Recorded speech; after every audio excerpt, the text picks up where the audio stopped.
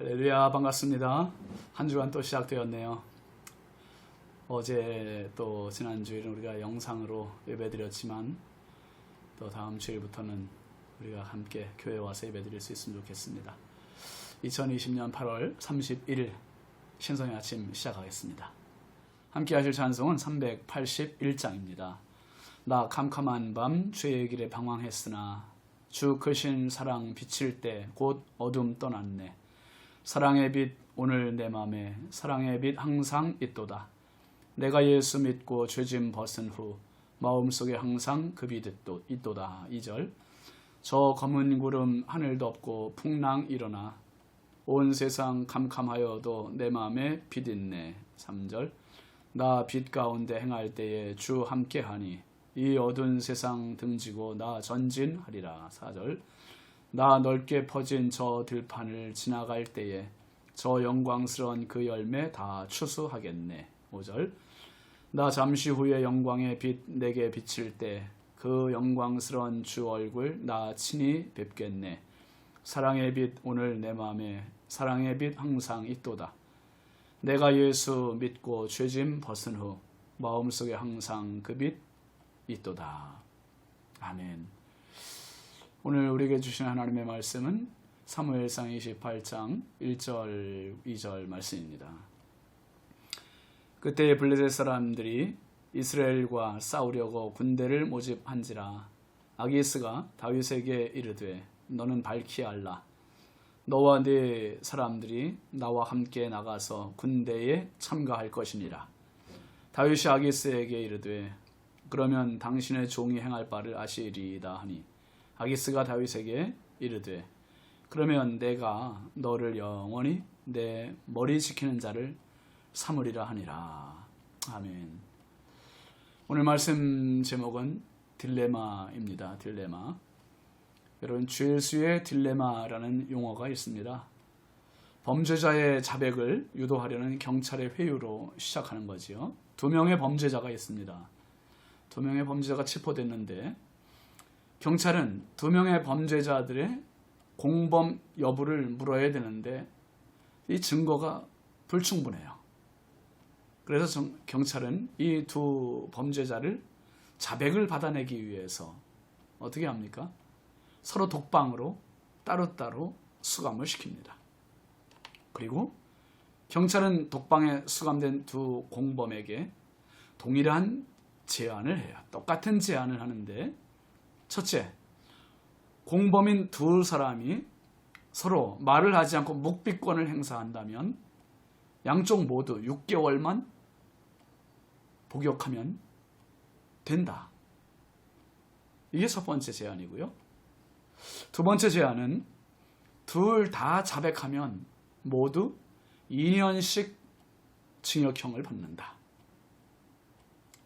그 다음에 세 번째 제안은 두 사람 중에 한 사람만 자백하고 한 사람은 묵비권을 행사하면 자백한 사람은 풀려나지만 묵비권 행사하는 사람은 5년의 징역을 받는다. 그러니까 이제 저쪽 공범이 말을 할지 안 할지 알 수 없고 이쪽 공범도 개별적으로 따로 독방에 수감되어서 지금 취조를 받고 있기 때문에 어떻게 말을 해야 될지 참 난감한 겁니다. 말을 하자니 저쪽 방에 있는 놈이 또 말하면 자기도 똑같이 2년 형을 받을 것 같고 말을 안 하자니 저쪽 놈이 말할 것 같으니까 이게 자기는 5년이나 또 복역할 것 같으니까 이러지도 저러지도 못하고 있다가 결국 둘 다 자백을 해버립니다. 저쪽에서 말을 안 하겠지 하는 기대를 가지고 둘 다 말을 해버려요. 그게 결국 둘 다 2년형을 받는데 최선이 뭐였습니까? 묵비권을 행사하면 6개월이면 되는 것을 서로 믿지 못하고 다 자백을 해버리는 바람에 둘 다 2년씩 복역을 한다는 이러한 이야기. 서로를 믿지 못하고 자신에게 유리한 조건만을 선택할 경우 최선의 결과는 발생하지 않는다는 것을 보여주는 죄수의 딜레마입니다. 어느 쪽을 선택해도 곤란한 상황에 처하게 되는 그러한 말을 가리켜서 딜레마, 오도 가도 이도저도 못하는 진퇴양난, 이런 옥신각신하는 그러한 사태를 가리켜 딜레마라고 얘기합니다. 대부분의 딜레마는 합리적 판단을 허용하지 않기 때문에 진퇴양난에 처하게 되는 거지요. 오늘 1절 말씀 한번 보세요. 그때에 블레셋 사람들이 이스라엘과 싸우려고 군대를 모집한지라 아기스가 다윗에게 이르되 너는 밝히 알라. 너와 네 사람들이 나와 함께 나가서 군대에 참가할 것이니라. 지금 다윗의 입장이 딜레마입니다. 딜레마. 아주 난처해요. 지금 진퇴양난, 이러지도 저러지도 못하는 그런 상황에 빠졌습니다. 지금 다윗은 블레셋 사람들의 땅인 시글락에 와서 주둔하고 살고 있죠. 자기 부하 600명, 그리고 그 부하들에게 딸린 가족, 식솔들까지 하시면 2000명 정도로 추산이 됩니다.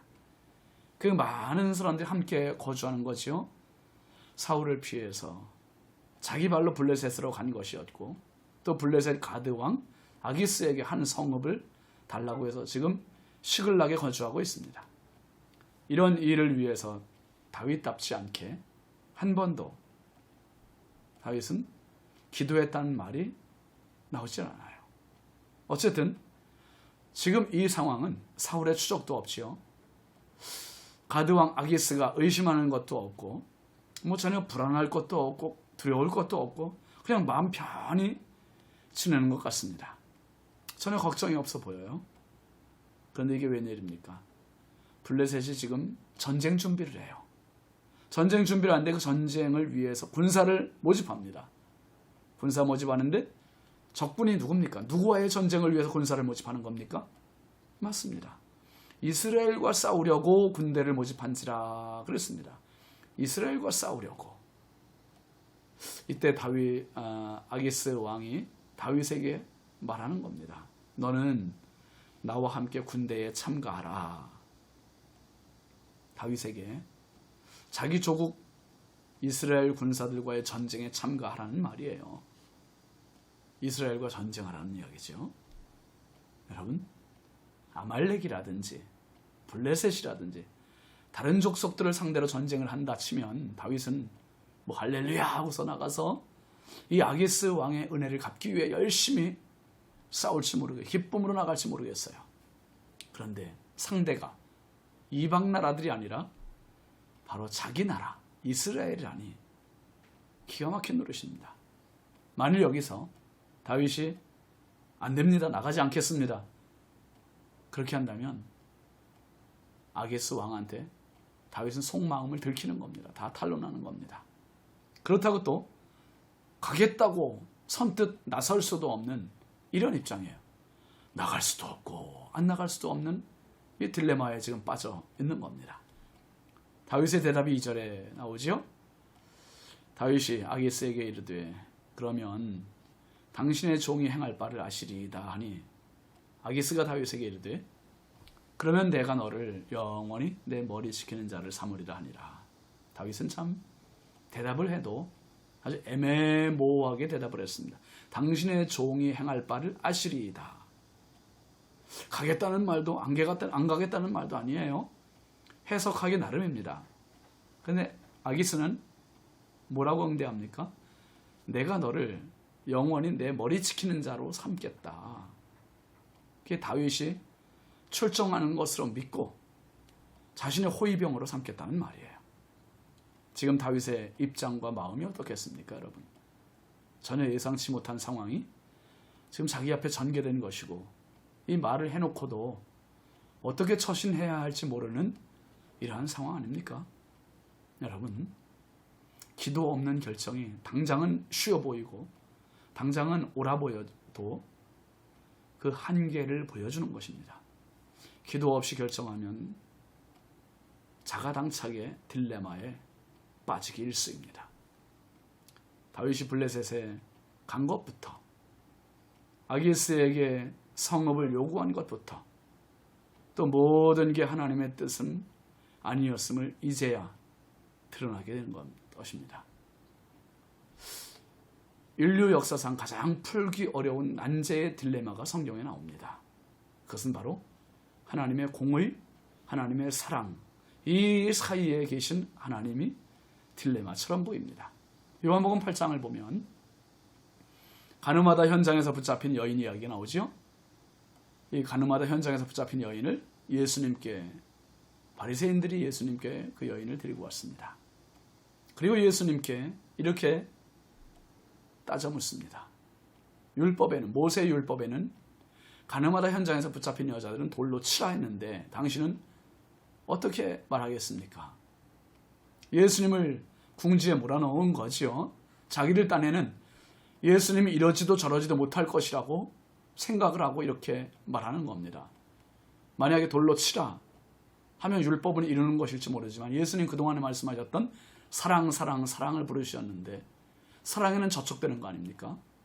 또 그렇다고 해서 용서해줘라, 사랑해줘라 이렇게 말하신다면 모세의 율법을 또 어기는 것이 되고 돌로 치라 말하실 수도 없는 것이고 용서해줘라 말하실 수도 없는 이러한 아주 난처한 그러한 입장입니다. 그때 예수님의 대답이 뭐였습니까? 맞습니다. 죄 없는 자가 돌로 치라. 죄 없는 자가 돌로 치라. 예수님은 딜레마에 빠지지 않으세요. 인류의 영원한 딜레마는 하나님의 공의와 그 공의에 의해서 죄의 삭스로 사망을 받아야 하는 인간의 문제와 또 하나님의 사랑 사이에서 어떻게 해야 하는가의 이 난처한 문제였습니다. 하나님은 인류를 죄의 삭신 사망으로 멸망시키실 수도 그렇다고 사랑으로 끌어안으실 수도 없는 이러한 상황에서 하나님의 해결책이 골고다 언덕의 십자가였습니다. 십자가에 우리를 일일이 다 못 박으시며 하나님의 공의를 이루셔야 됐지만 하나님은 하나님의 그 사랑의 한편 때문에 나를 십자가에 못 박으신 게 아니라 선수 십자가에 내려오셨고 그리고 몸소 십자가에 못 박혀 죽으셨습니다. 그래서 하나님의 공의도 이루시고 우리를 향한 하나님의 사랑도 이루시고 두 가지 문제를 다 해결해 주심을 믿으시길 바랍니다. 다윗은 스스로 혹을 때려다가 지금 혹을 붙인 격이 돼버렸습니다. 영원한 딜레마의 숙제를 영원한 십자가로 해결하신 하나님의 방법에 오늘도 수많은 자가당착 그리고 진퇴양난의 딜레마에 빠질 때마다 내 머리에 굴리려고 생각하지 마세요. 내 작은 생각 가지고 결정하려고 하지 마세요. 딜레마에 빠지기 쉽습니다. 예수 그리스도의 십자가에 겸손히 나아갑시다. 그리고 하나님께 내 문제를 갖고 나가서 엎드리면 주께서 주시는 지혜가 있습니다. 그 지혜로 오늘도 넉넉히 승리하는 복된 하루 되시길 주의 이름으로 축원합니다. 기도합시다. 거룩하신 아버지 하나님, 주의 은혜와 사랑을 감사합니다. 오늘도 우리 하나님 주신 생명, 건강, 믿음 가지고 새날을 맞이합니다. 성령이 오늘도 은혜 더하여 주셔서 아버지 하나님 딜레마에 빠졌던 다윗같이 살다 보면 저희들이 뜻하지 않은 이러한 진퇴양난의 상황에 처할 때가 얼마나 많은지 하나님, 내 머리로 잘했다고 생각했는데 이렇게 자가당착에 빠질 때가 많습니다. 주여 오늘도 겸손히 영원한 딜레마에서 해결책이신 예수 그리스도의 십자가를 바라보며 하루를 맞게 하여 주옵소서. 어떤 일, 어떤 문제가 있든 주님의 십자가 바라보며 승리하게 하시고 해결받게 하여 주시고 응답 얻는 저희들 되게 하옵소서. 오늘도 주께서 함께 하실 줄 믿사옵고 예수님의 이름으로 축복하며 기도합니다. 아멘. 오늘도 주의 십자가 의지하고 승리하시기 바랍니다. 감사합니다.